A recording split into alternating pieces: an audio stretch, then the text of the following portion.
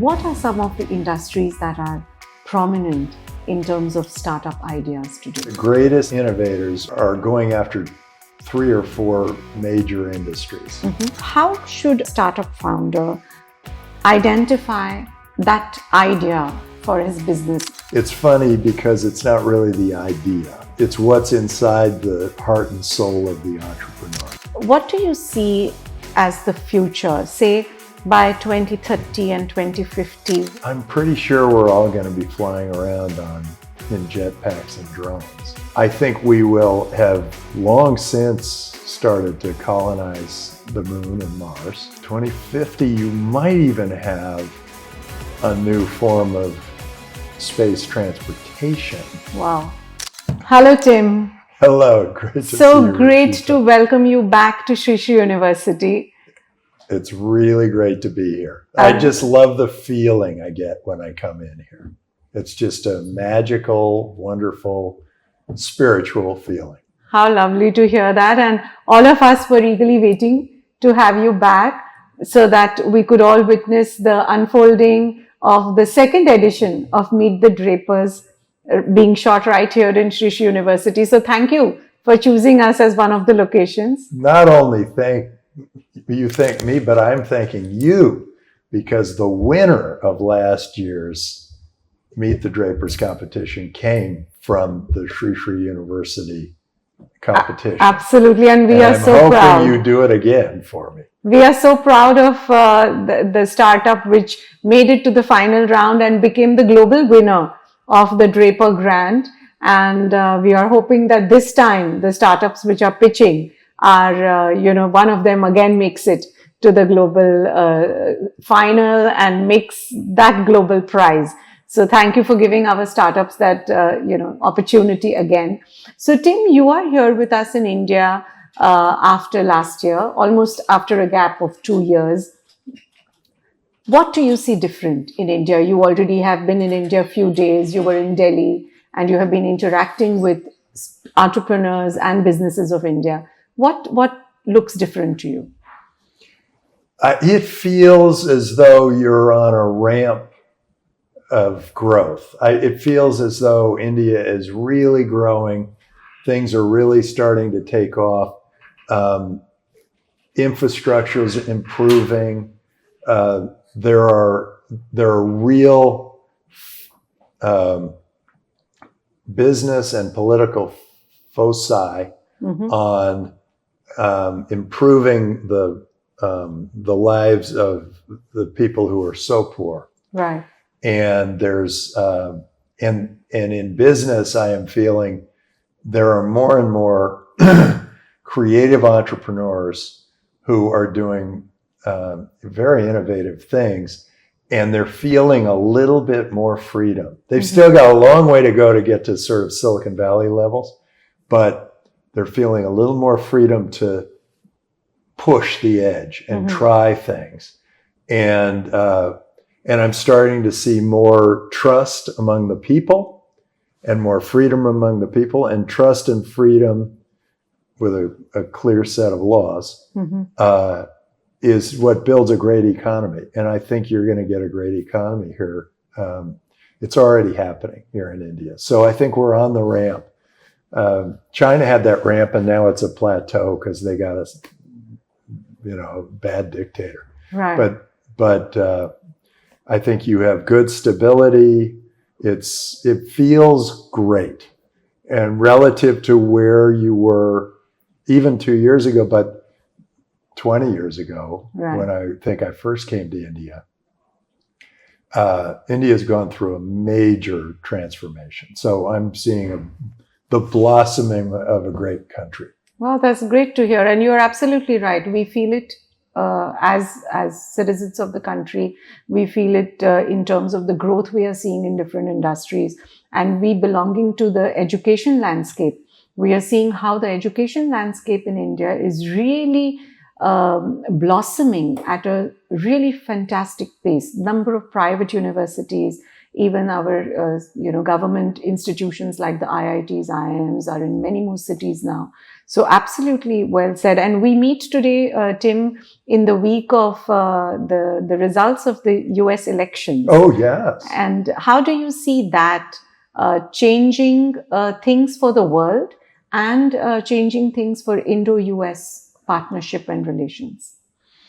Well, I'm excited about a new chapter, and I think that we've got great hopes for a very strong future. Right. And I think the U.S.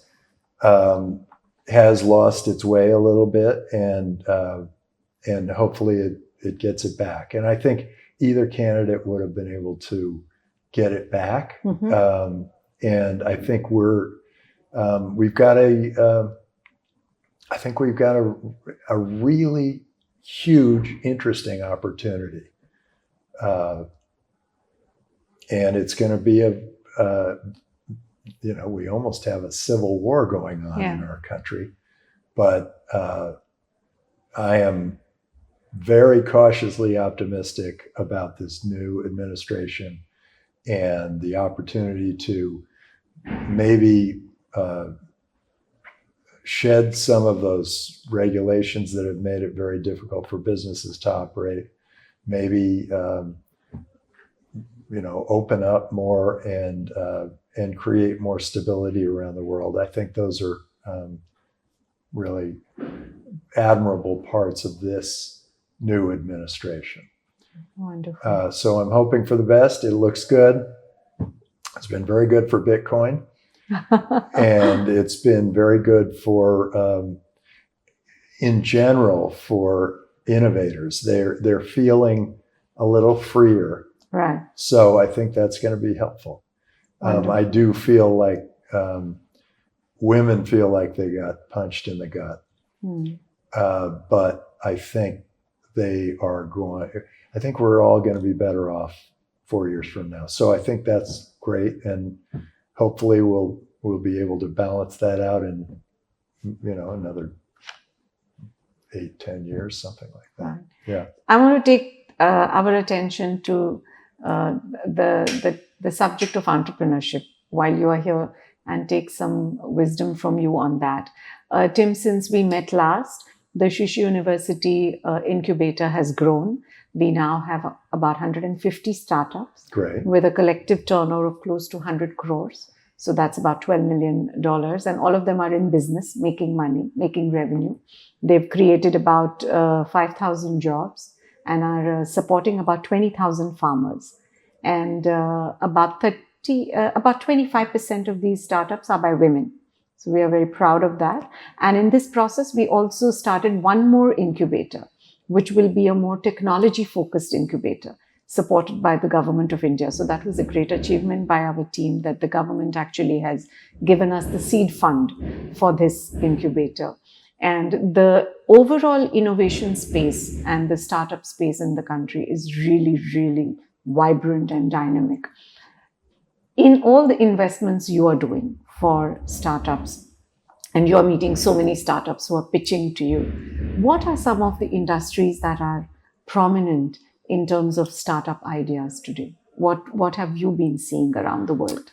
Well, I think the greatest innovators are going after 3 or 4 major industries. Mm-hmm. One is in healthcare.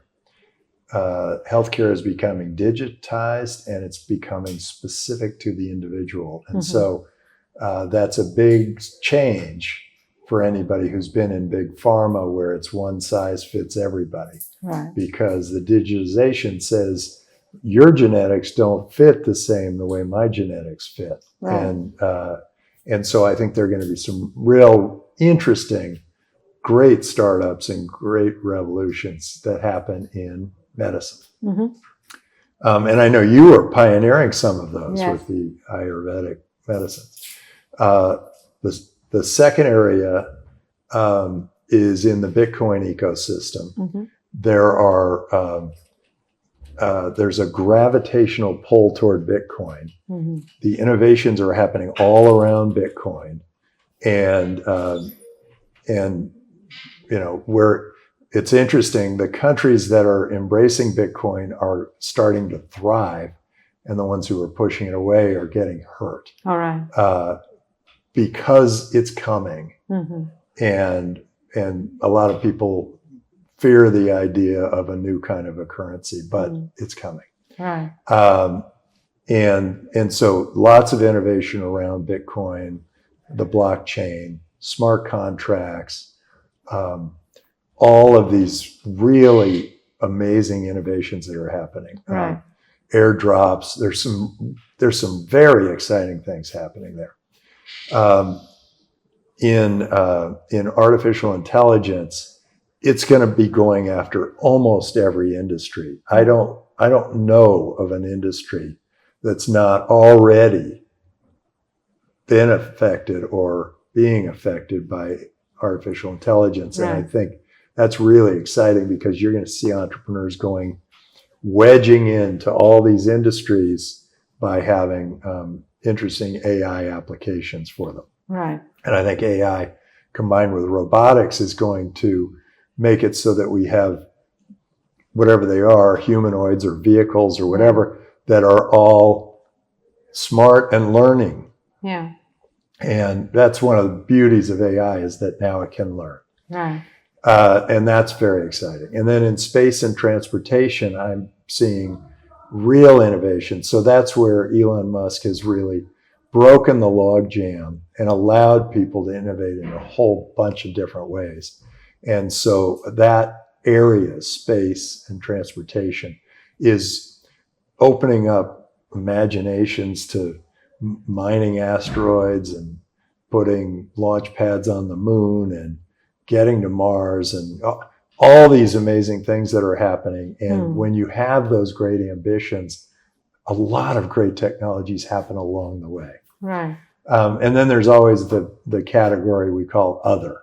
Right. And other is the category of where none of us expected it, but it ends up being $1 trillion industry that nobody guessed at or whatever. So, yeah, those are the places I'm looking. Yeah, that's so healthcare, Bitcoin and related, artificial intelligence, robotics and related, and then space and transportation. Yeah. And all of these are pretty cutting edge, right? Yeah, we tend to be ahead. We tend to be maybe 5 or 10 years ahead of where the press and the consumer would recognize what's going on. Right. But it's mostly because those are the people I meet. Right. I meet the people who are telling me what the world's going to look like 5 or 10 years from now.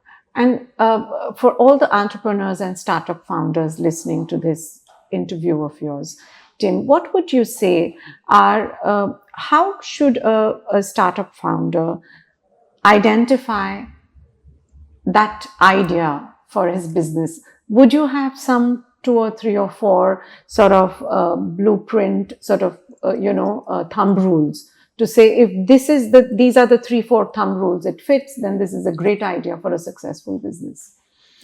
It's funny because it's not really the idea. It's what's inside the heart and soul of the entrepreneur. Okay. And I think that the entrepreneur they have to really enjoy what they're doing. They have to have a love for their customer, total passion for their customer, and want to keep iterating. And then there are a few things that they can do once they start thinking about it. A lot of entrepreneurs are really good engineers and scientists, and they're not too good at business, but they don't know. They just think that's easy. Right. And then there's some that are really good at business, but they don't understand the technology. Often the entrepreneur needs a partner.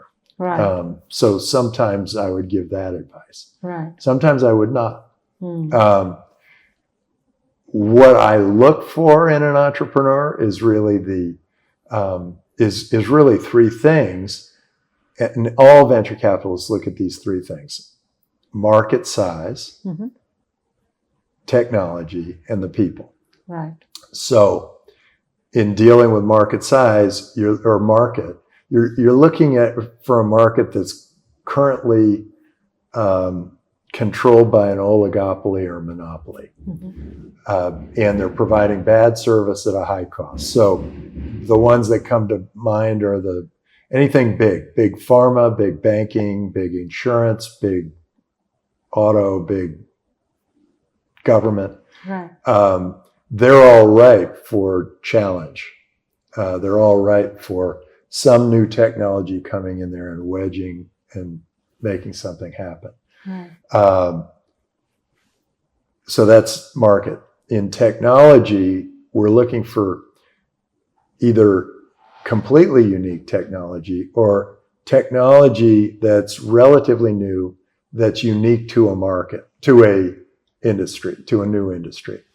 And so there we're looking for a technology that can improve the situation for the customer, lower the cost of providing a service, or improve the cost of providing a service. That's very simple. And then with people, we're looking for people who are meant to do it.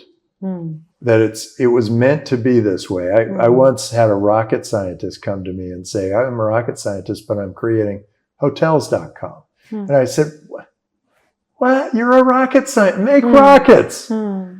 So you've got to have that feeling like this person was meant to do this and always has been. And then there's always the would you want to work for them? Is it somebody you really want to work for? And then is the business something that, if hugely successful, beyond anybody's wildest dreams, is that a world we all want to live in? So those are the criteria I'm looking for. Right. And as for entrepreneurs out there, you guys, go try stuff, take chances, do interesting things, keep your mind open, and nothing's impossible. Everything is possible. That's very, very, very insightful, Tim. I want to talk a little bit about failure because, in the startup world, we tend to celebrate successes. The unicorns make it to, cover pages of business magazines. For those startups what would you advise? What is the threshold till which you push? And then you say, okay, now this is no more. Now it won't work anymore. And let me wind up this idea. And is the time to close? Is there some, again, thumb rule there, or how would you guide startup? Because a big bunch is in this phase where they took off, which is easy. The enthusiasm is high because all the startups I meet, who are very new, I see a different level of enthusiasm because you're still experimenting. Then when you spend a year or 2 years, you start realizing the real nitty-gritties, the rubber hits the road, the challenges are there. And I've seen many people kind of dip in even their own confidence in themselves. So talk to us and our entrepreneurs about that when is the limit and when is it not? A lot of questions in that question. If an entrepreneur is doing something they love, they should just keep doing it. Right. And every great $1 trillion business out there was a pivot. So they started with one direction and they moved to another direction. Those weren't entrepreneurs that threw in the towel and gave up. Those were entrepreneurs that worked and worked and worked. They were pounding their head against the wall. And one day they said, wait, the customer wants this. Why am I trying to make this? And all of a sudden they pivoted and their businesses took off. So those hardest moments where everybody's feeling like they've got to give up, those are when you're learning the most. And when you dig into your subconscious and you take a good nap, you come out of it and you realize that you have the solution. And the solution is obvious, and it's where the customer was pointing you all along. There are people who say they want to be entrepreneurs because of the fame and the glory and the money. That is not enough. Right. In fact, there's kind of an irony of life. Here's the irony of life. That as an entrepreneur, if you're a mercenary, you make no money. Okay. If you are a missionary, you make money. Wow. It's a very strange thing. If you're after the money, don't become an entrepreneur. Wow. If you're after changing the world, delighting a customer, spreading the word, go for it. Wow. If you're a mercenary, you will not make the money.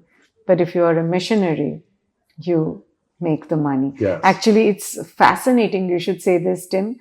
Once in some context, we were talking to Gurudev, Shri Ravi Shankar, and we were discussing about, the success of some of our very grassroots level projects of Art of Living, where we have been able to rejuvenate rivers, for example, or transform communities.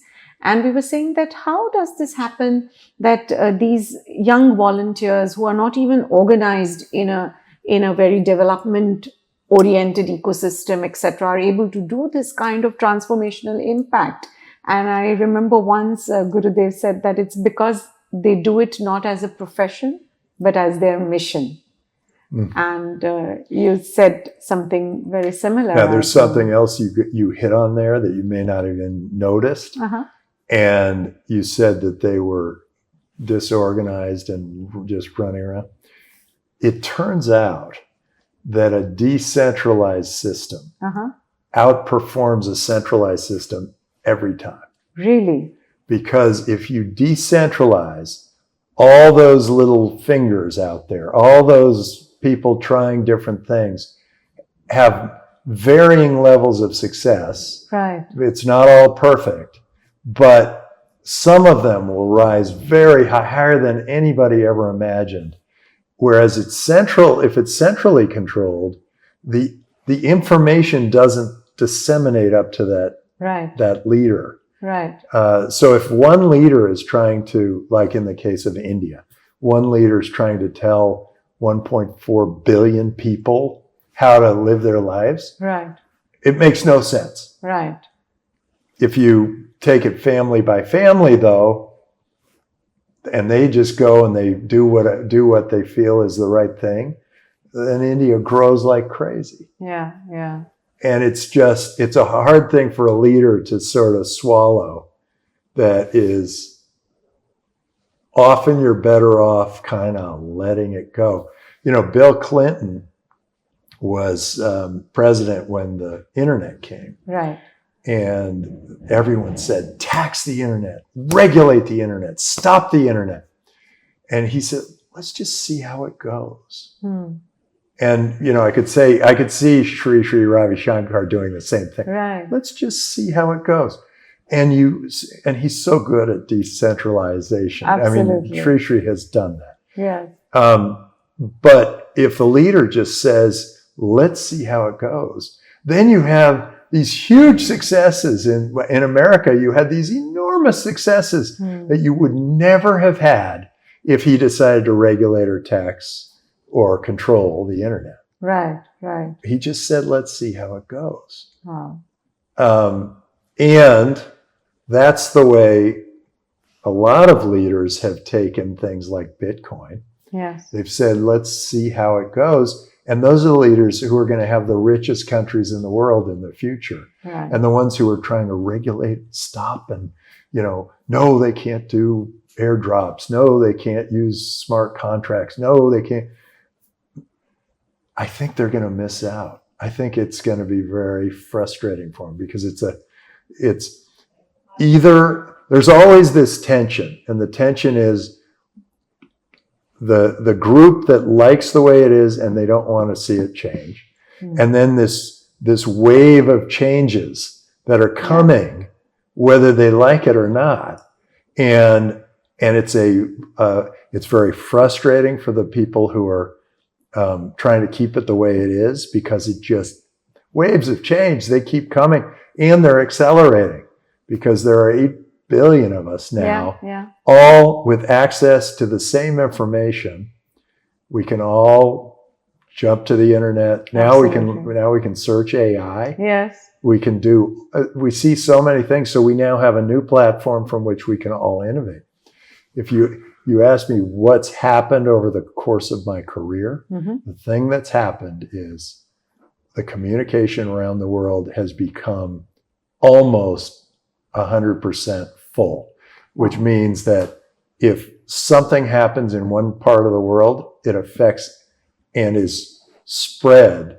That information is spread all the way around the world almost instantaneously. And so that means that we're all starting from the same point of view. Right. When I was starting in the business, the Silicon Valley and Route 128 in Boston were the real innovative hubs and real centers of innovation. But now, and I'd go around the world and I'd talk about the internet. Nobody knew what an internet was. They were way behind. Right. Now, everybody's pretty much caught up. Right. And that's been a beautiful thing. So anyway, thank you to Bill Clinton for that, for just letting it rip. We are really a flat world today in that sense. Absolutely. Isn't it? Yeah. So I know, Tim, you have the crystal ball when you do the Meet the Draper show. And I'm going to request you to look into that imaginary crystal ball for now. What do you see as the future? Say by 2030 and 2050, where do you see us being disrupted? And where do you see us being headed as a world human family? So how many years out are we looking? Say 2030, 2050. Okay. So 2050, I'm pretty sure we're all going to be flying around in jetpacks and drones. I'm pretty sure that we will have cures for almost every disease, probably coming from stem cells. They will be specific to you. I think we will have long since started to colonize the moon and Mars. 2050, you might even have a new form of space transportation. Wow. That allows you to warp drive into wherever, whether that is capturing energy from space, which space is energy, or it's a way of navigating in space, because space moves. If you figure out how space is moving, you can actually, like, the shortest distance between 2 points would not be a straight line. Right. So there are some things that are going to be happening out there in space that's going to be amazing.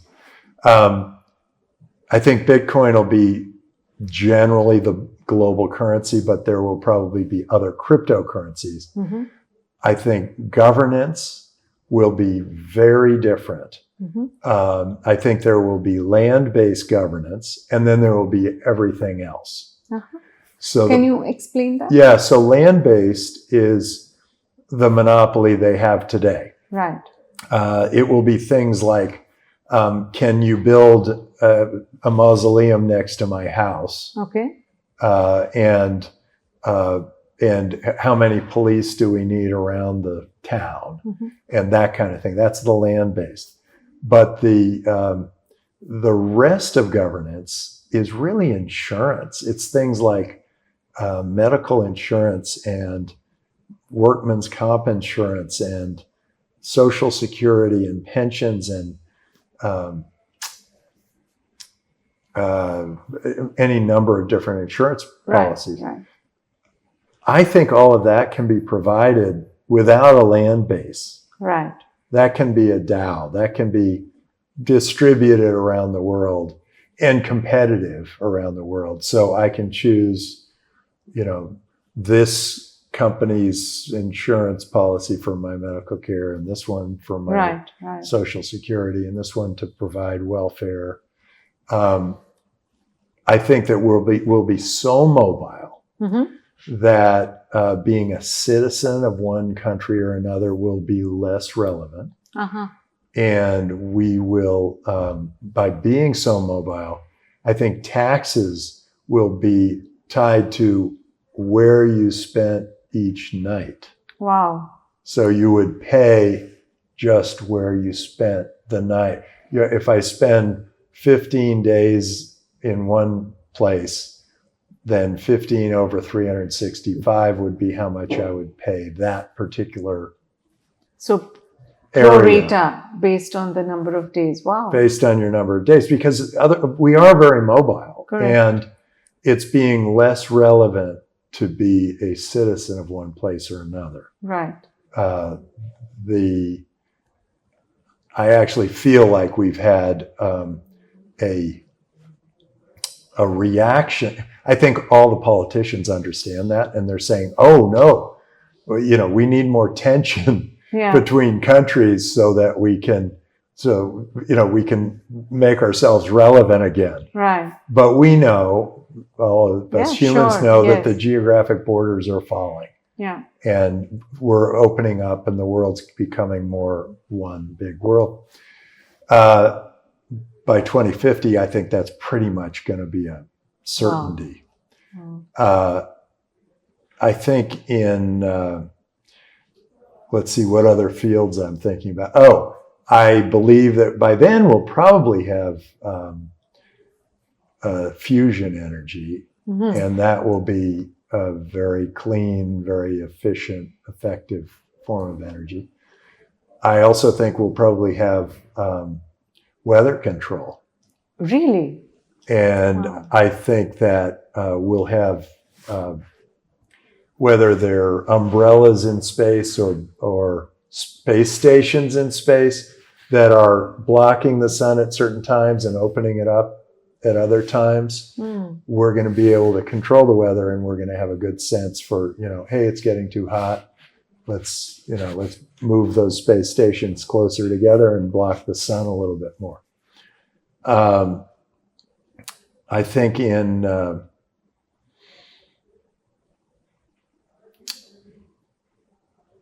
I think transportation is going to be amazing, because we'll have the jetpacks or vertical takeoff and landing drones or whatever. But we're also going to be able to fly to, from here to Tokyo in an hour and a half. Wow. And we'll be able to get to the moon and Mars. They are not that far away. Right.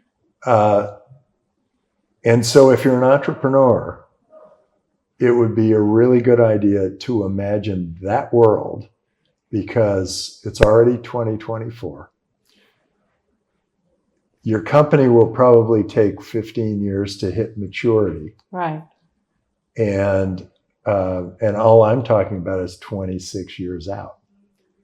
So you should kind of prepare for a time when geographic borders don't matter that much, when people are flying around in jetpacks, when the currency is all digital and all and as Bitcoin is, it's perfectly trusted, it's global, it's safe, it's transparent, it's keeps perfect records. I think that we will have far less need for accounting, auditing, bookkeeping, whatever, because it'll all be done already for us on the blockchain. Wow. This is a fascinating... Okay, you want one more? Yes, please. Okay, this is the blow away. You want to blow away? Yes, sure. Okay, we saw an AI company that can dig in to your case. Let's say we had a dispute and you wanted to sue. the AI company can go do all the research and come back to you with, here's your case. Oh. Okay. But then I talked to them and I said, well, can you do it for the opposition? And then they said, of course. So then they can take my defense. They can go and do my defense. And then it's not a big step to say, how's it going to come out? And so so then we both look at that and we go, okay, we should probably settle. So suddenly all of those legal cases, the huge docket on the judge's desk that's just like he's got to go through 100 of these things, these cases that go on for years and years because the lawyers are paid by the hour, Right. are all going to be less needed. Wow. So I think we got a future that's going to be pretty interesting. And you know how the world, people say, oh God, it's getting worse, getting worse. The world just keeps getting better.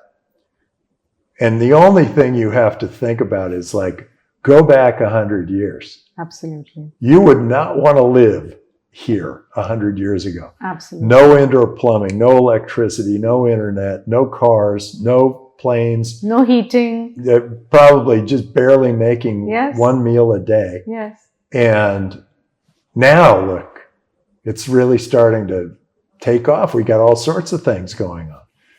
Project forward another 100 years, they're going to look back and say, God, they were living in the dark ages. For cancer, they used to have to cut people open and pull it out. Yeah. So many things are going to change. Wow. Yeah. I mean, your crystal ball is showing a world which looks really amazing, isn't it? It's going to be amazing. Yeah, you see all these drones flying around, and I mean, it's you'll have to mind-blowing. have drones that you fly in. They'll have bumpers on them so that you could Don't bump into each other. But they maybe don't need them because the drones know where each other are. So they navigate. Yeah. Yes, And yes. I've always thought that these self-driving cars, the autonomous cars, are going to be much better Right. than the other cars. Do you have And if one, you- a self-driven car? I've been in one. I've been Okay. in the Waymo, which is really amazing. Okay. But what's great about them is if they all know, if no humans are driving, so this would have to be a smart city created in a new place. Right. All the cars would know where each other's were. Right. So you could go 400 miles an hour. Right. Because you know Because you know potentially you're not no hitting danger. anything. Yes. Yes. And they could just go and get you there. Yeah. Because they knew, oh, we got to do this, we got to do that. And they would avoid each other, but still go much, much quicker. And that, I think, is going to be really interesting. And that's on the ground. That's if you're going on the ground. Yes.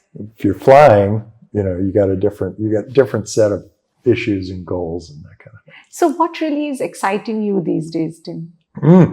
I love being here in India, Okay. and I'm really excited about all these entrepreneurs that you guys have put together for us. That's exciting. I love my show, Meet the Drapers, or Yes. our show, Meet the Drapers, which is bringing entrepreneurs from all over the world to a global audience. Yes. I love our school, Draper University, and we've now had about 6,000 people have had hero training. Hero training. Hero training. We've trained about 50,000, but 6,000 have had the real hero training to become real entrepreneurs, and about 1,200 of them have started businesses. And the students have come from 102, 103 different countries. Wow. Wow. And they've started 6 unicorns and about 25 companies over 100 million in revenue. So Wow. it's really taking off. It's Wow. getting to be it's working. That's the really wild thing, because I did this weird thing and it's working. And the venture business is going through a major revolution. My venture business, I'm using artificial intelligence in about 5 ways. Uh-huh. All sorts of different directions. We do it for deal evaluation, for checking out the industry, for filtering through 250,000 startups, for checking facts when an entrepreneur is giving us a pitch. Absolutely. Also watching their facial expression. We have video. We keep perfect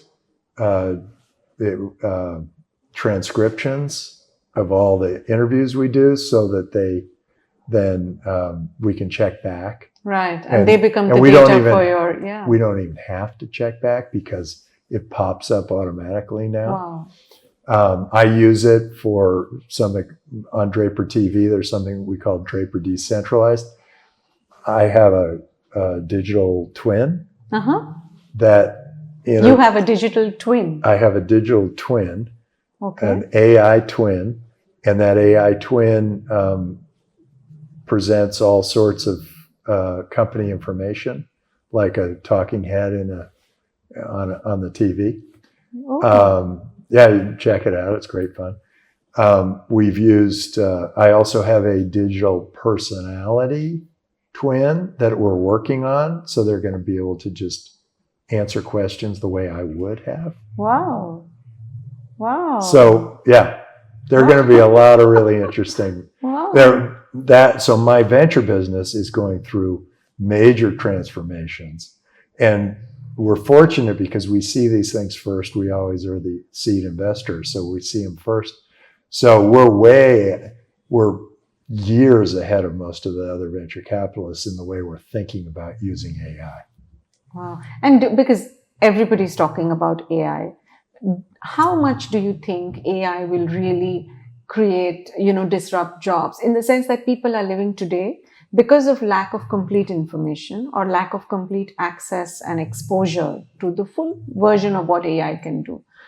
Everybody says, AI is going to take away jobs, or AI is going to take away, for example, teachers from classrooms. To what extent do you think AI will really change our lives? Oh, okay, two different questions. It will change our lives in a big way. Right. Our jobs are just going to change. If the Industrial Revolution, they had the same complaint. Right. It's like, I'm a blacksmith or a whip manufacturer or whatever. And they had to become mechanics and whatever. They rode cars.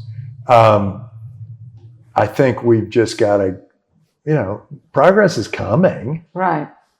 There are always those people who say, it's going to be horrible. And then they're the ones that say, it was my idea in the first place. Okay. Yeah. The ones who are all terrified now that, we're going to all lose our jobs. Yeah, everyone is going to lose their job. Every day they're going to lose their job because their new job is the next day. Right. The next day it's going to be a different job because we got new innovations and we got to adapt to them. We got a new set of customers. We got to keep thinking and adapting to that new job that we have every day.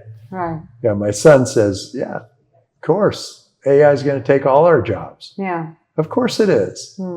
But that doesn't mean we aren't going to have jobs. Right. We'll just have different jobs. Yeah, we'll just be more productive. Right. Fabulous. To end, I'm going to ask you to answer a few questions, one word format. Okay. Some rapid. Okay. Of all the companies in the world, if you had to choose one company you admire today. Today? Yeah. I would say it's all of Elon's companies. Okay. And why? Because he is willing to do whatever it takes to make those companies successful. And he takes so much heat for it, but he's doing extraordinary things. He is really something else. So I would say it's Tesla, SpaceX, and Twitter, and maybe some of his other innovative companies. Wow. Yeah. So obviously, coming from that, what would you say is his one big quality? You said one, that he's willing to do whatever it takes. But if one more you had to pick? Yeah, he's an inspirational leader. he says, we're going to Mars. Mm-hmm. And then everybody kind of goes, oh, he's kind of crazy. And then the greatest scientists in the world, the greatest engineers in the world, all want to join him. Wow. Because they want to be a part of something that's that big. So yes and no answer. He's a big thinker. Big thinker. Yeah. So yes and no answer. Do you have to also be a little crazy to be really inspiringly successful? You have to be willing to go, to be different. Mm-hmm. You got to be willing to step outside of what's currently there. Mm-hmm. You have to be willing to be different from the state of the art of technology, to be different from the people who are all doing it this way. And you've got to always want to improve the lives of the people around you. Wow. So you need to have the guts, you think, to be different? The courage Or to be different? the ambivalence or the whatever. It's got to just skate off your back. Wow. Okay. To the startup founders listening to you today, Tim, top 3 qualities they should definitely look to nurture in themselves to be successful? Well, I always flash back to freedom. Think freely. Mm-hmm. Open your mind to possibilities. But the characteristics we look for are ambition and drive. That might be one. Passion and intelligence, kind of those two Mm-hmm. flow together for some reason in my mind. Right. And love for their customer. Wow. Wonderful. Beautiful. Lastly, one word for India? One word. Go get them. Okay. And one word for Shri Shri University? Oh, I love. Oh, how nice, how nice. Tim, it's delightful for us that you always, you come to our campus. The campus gets filled with an amazing, positive, can-do energy. Oh, come on. It has it all the time. I mean, You that's have very it kind of from you, your but it own increases. people. It increases when you come. It's great. So we welcome you again and again. This is your home. Thank you so much. Great. Namaste. Thanks for having me.